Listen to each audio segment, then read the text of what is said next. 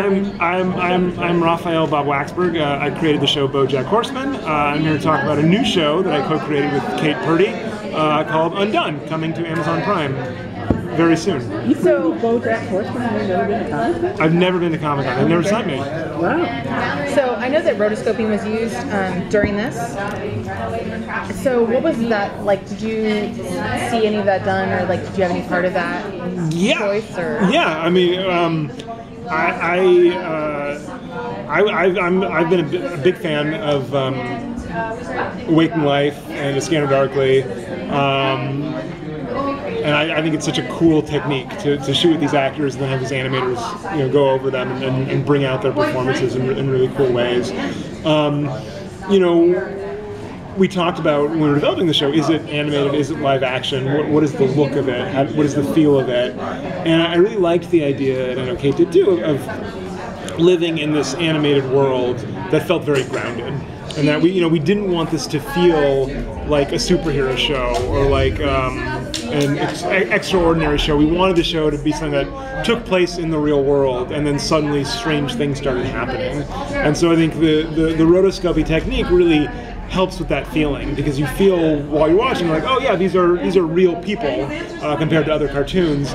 But then when magical things start happening, it's not as jarring as like, oh, a special effect came in. It still feels like, oh, we're still in the same world, but all of a sudden it's a little different. And then, so how would you best describe the show? Like, what is it about? So Undone is a dramedy about a young woman named Alma who is very bored of her life, bored of her routine, is hoping for something more. She gets in a car accident, and when she wakes up from her coma, the way she perceives the world has changed, and the way she moves through time has changed, and that she seems to lose control over the order of events in her life, where she goes from one place to another with no memory of how she got there. Things start to happen in a loop. She feels completely unstuck in time. And her father, who has been dead for several years, appears before her and says, you've reached this new plane now, and I need you to develop these skills so you can go back in time and stop me from being murdered. And she doesn't know if indeed she has gained these new abilities or if she's losing her mind. And that's the show, basically, in a nutshell. What is it you want the audience to take away from it? I don't necessarily want the audience to take away one thing or another. I am excited for the audience to take away what they will. I think it's a show that is open to many interpretations, and I think it's a show that will meet people where they are. I hope people come to it with their own lived experience and their own expectations, and then I hope that it speaks to them or reverberates with them in whatever ways it does. So I know from like BoJack Horseman can occasionally be a very nihilistic show, but on deeper levels it also has this layer of hope and redemption and cycles as well, especially when it comes to BoJack and other characters within it.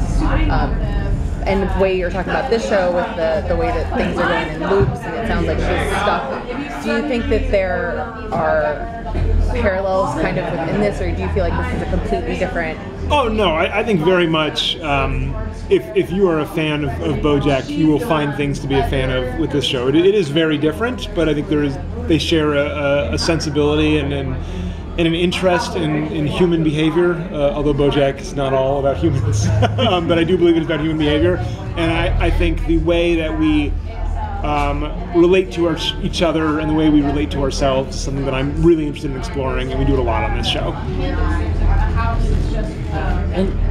And then, it sounds like this show is radically different than BoJack. What was it about it that appealed to you after coming off of that project?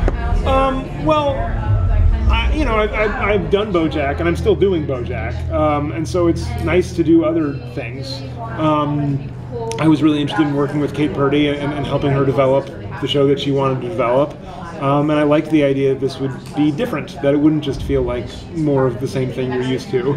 I think there's a wide world of possibilities in adult animation that have not necessarily been explored as much as they could have. I think that there are very few shows about women in the world of adult animation, or interested in the interiority of women. I think there are very few adult animated dramedies. I can't really think of any. And so, I like the idea of let's explore more of this world. Let's find other kinds of stories we can tell with these formats. How do you explain the success Netflix is having with animation? You started with BoJack, but now there's Ultraman and She-Ra and sure. Robots in Love and all these Love and Robots. Yeah, how would I? What is the appeal?